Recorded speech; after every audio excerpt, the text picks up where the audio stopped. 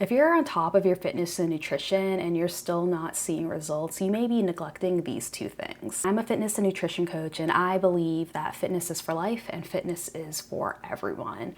I want to help empower people to make healthier decisions for themselves. So it's October, it's like cuffing season, everyone's getting together, Netflix and chilling.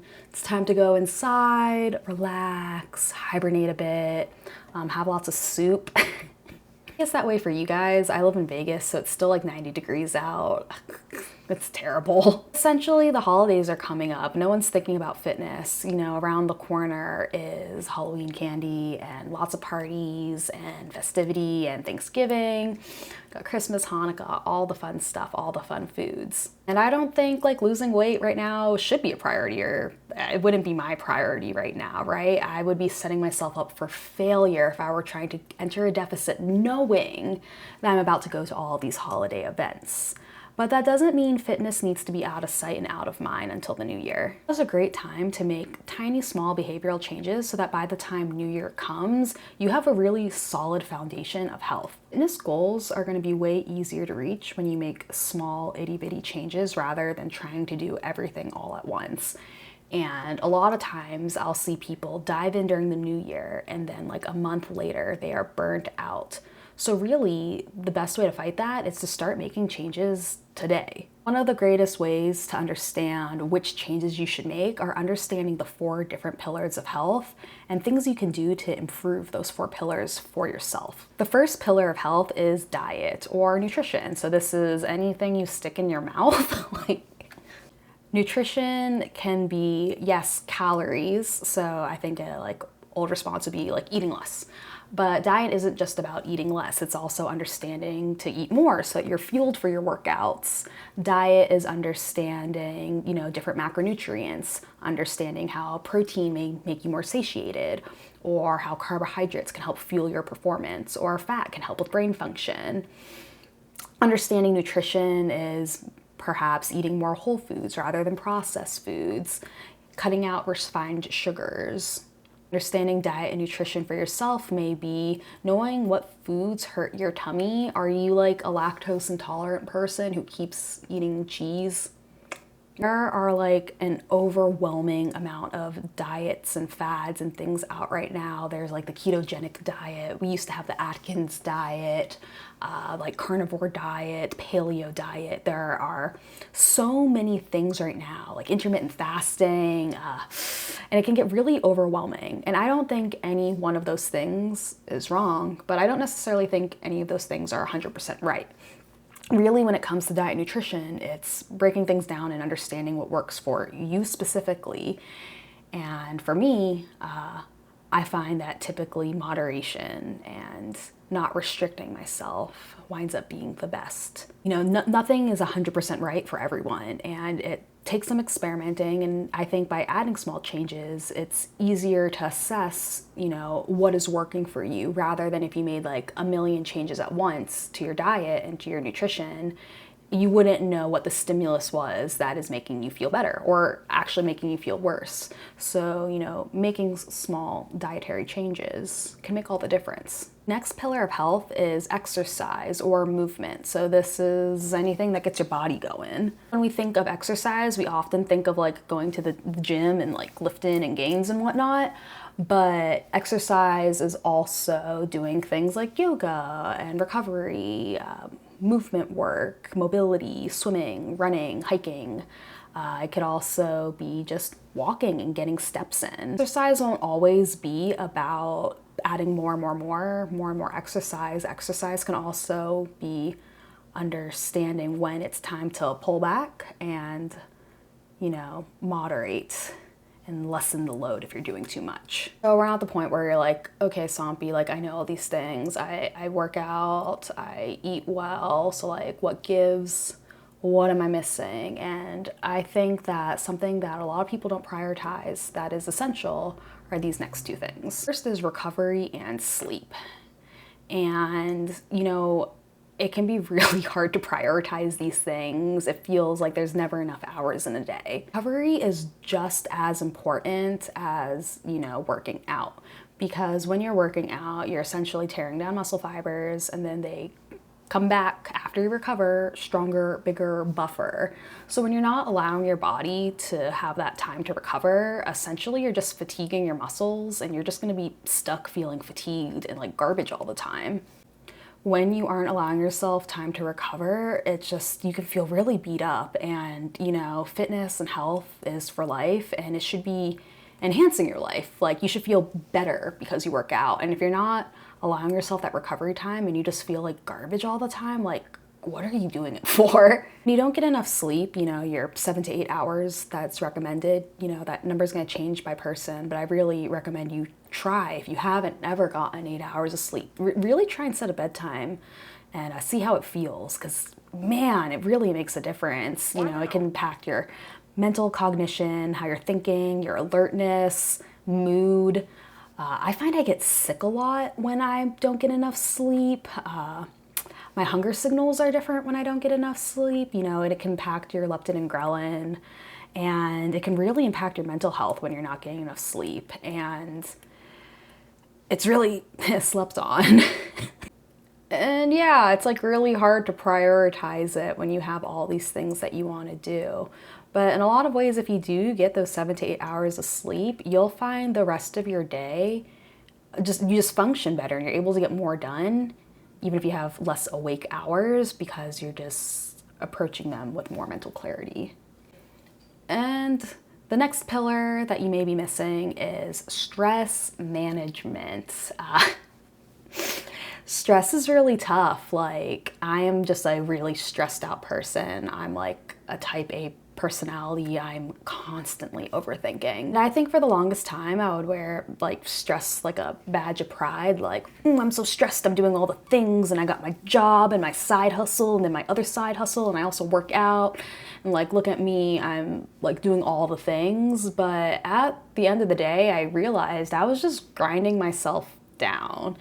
And you know, stress can be different for everyone, right? You got like work stress and financial stress, maybe job stress, maybe people in your life are stressing you out, but we really need to learn to minimize these things. When you are working out, when you are in a diet deficit, you are adding stress to your body. You are stressing your body out, and stress is really anything added to the body that will elicit a change.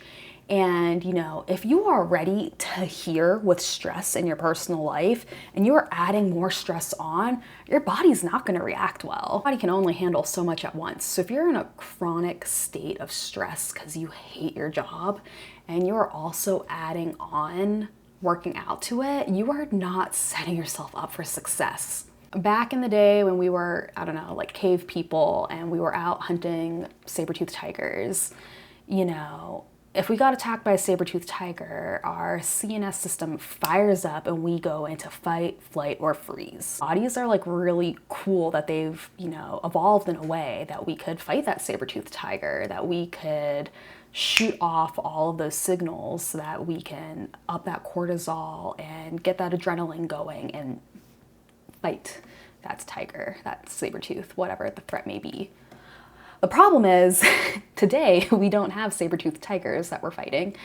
We're fighting taxes, and we are fighting a boss we hate. Body and our CNS system, we are reacting to these, you know, everyday stressors, paperwork, the same way we would that saber-toothed tiger. So our stress levels are like here, our cortisol is up here. And you know, when hormones like cortisol are up to handle all this stress, the things that are brought down are things like our sex hormones, our testosterone or estrogen. These are all really important in muscle building and health and wellness. And you know, if you're busy fighting a saber-toothed tiger, you're probably not banging.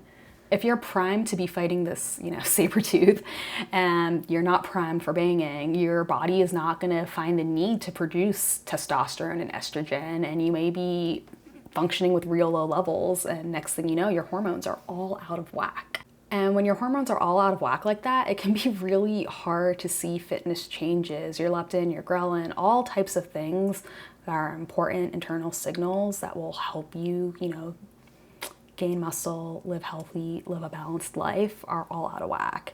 So it's important to understand how you can manage stress in your life. Maybe this means journaling, maybe it's going to a therapist, maybe it's setting boundaries around work and your personal life.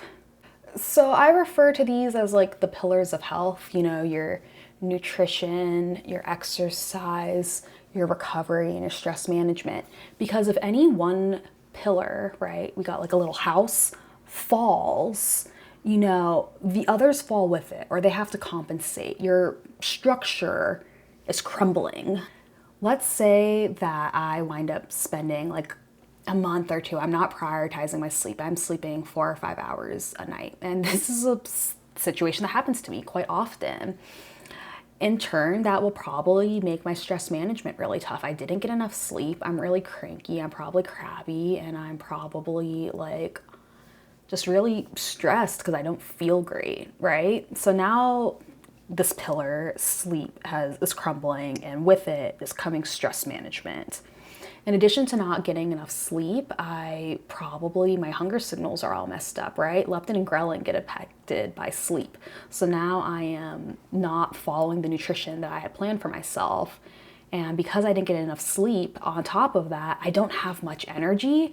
And now my workouts are not as great. And so that's just one way, like one thing, right? Not prioritizing sleep can make all those other things start to crumble, and all those other pillars have to focus extra hard to try and prop up you not sleeping. It's real complicated, but like they all matter, and they're not necessarily separate pillars so much as they are all interconnected, It's all part of your foundation of health, and once you can really lock in on building some good habits for them, you just have a solid ground to stand on. So like what now? You know what the 4 pillars of health are, so what can you do? Well, I think a lot of people fail when they go in like guns blazing, right? They're like, I'm gonna make all these changes and I'm gonna be this new person. And you'll find like our New Year's resolutioners will go in, and then a month later they get fatigued, they get tired, and they're tired of it all. So one of the best things you can do is pick a few habits to improve upon. And what I think the 4 pillars really allows you to do is you can pick a pillar that you want to focus on, or perhaps one habit among each pillar, and focus on making that small change. And I think the best way to do this is to think about thinking what you can add into your life. So let's say you want to add to your nutrition a new habit. You can add protein to every meal, or you can add water at each meal, or maybe you want to add vegetables. And if you start adding vegetables one week and then you get a hang on it, maybe the next week you start adding protein, and maybe a few weeks later you got a hang on the protein and vegetables, you start tracking water and making sure you get in a certain amount so that you stay hydrated. If you want to improve the exercise and movement, you can add more workouts into your day. You can add steps, you can add stretching, you can add mobility. If you want to add to recovery, you can add in a rest day, or add in active recovery like yoga. Or maybe you want to add a bedtime routine. Maybe that's what you're lacking. Maybe adding a little routine will help you get to sleep faster. Things that you can add into your life for stress management may be adding boundaries around work, around friendships. It may be adding a therapist to your life. It may be adding a journaling regimen. It may be adding meditation, mindfulness practices. There's a lot of things you can add to your life to help with stress management. And when you pick just 2 to 3 habits or 2 to 3 behavioral changes to add into your life over time, there's a lot less room to have these bad, I hesitate to call it bad, but there's a lot less room for the ick, right? If you add a lot of protein to your meals and you're adding good vegetables, you probably don't have enough room in the tum-tum for like a bunch of junk. If you are adding stress management and you're adding boundaries into your life, well, you no longer have to worry about all those toxic, icky people. And so once you add in all of these great habits, you can then start to think about maybe there's things you want to take away. Like maybe for diet, you want to reduce the amount of refined sugars you're having, or for exercise, maybe you want to reduce the amount of time you spend watching TV, you're sitting. For recovery, maybe you want to take away screens earlier in the evening. And maybe for stress management, it's about like nixing toxic people from your life. It's way, way easier to add things into your life and celebrate the small wins than having to focus on taking things out. It is like 3 months till New Year, and I know a lot of us are going to want to hit that new year with all these really big goals of grandeur in mind. And I just think it would be so awesome if we all could just get there with slow habits built, starting now, that are really easy to implement, even through the holidays, so that when January 1st comes, we're able to hit some of those bigger goals, bigger things in mind, while having that foundation of health and wellness built already. Learning how to make small changes like this has been a real game changer for me. And, you know, with over 10 years in the fitness industry, I used to think that it was an all or nothing, all at once type of situation, but I now realize that small sustainable changes are the way to go. And if I were to restart my fitness journey, like, this is the one concept I would dial in on. It would be understanding these 4 pillars of health and understanding that there are little things we can do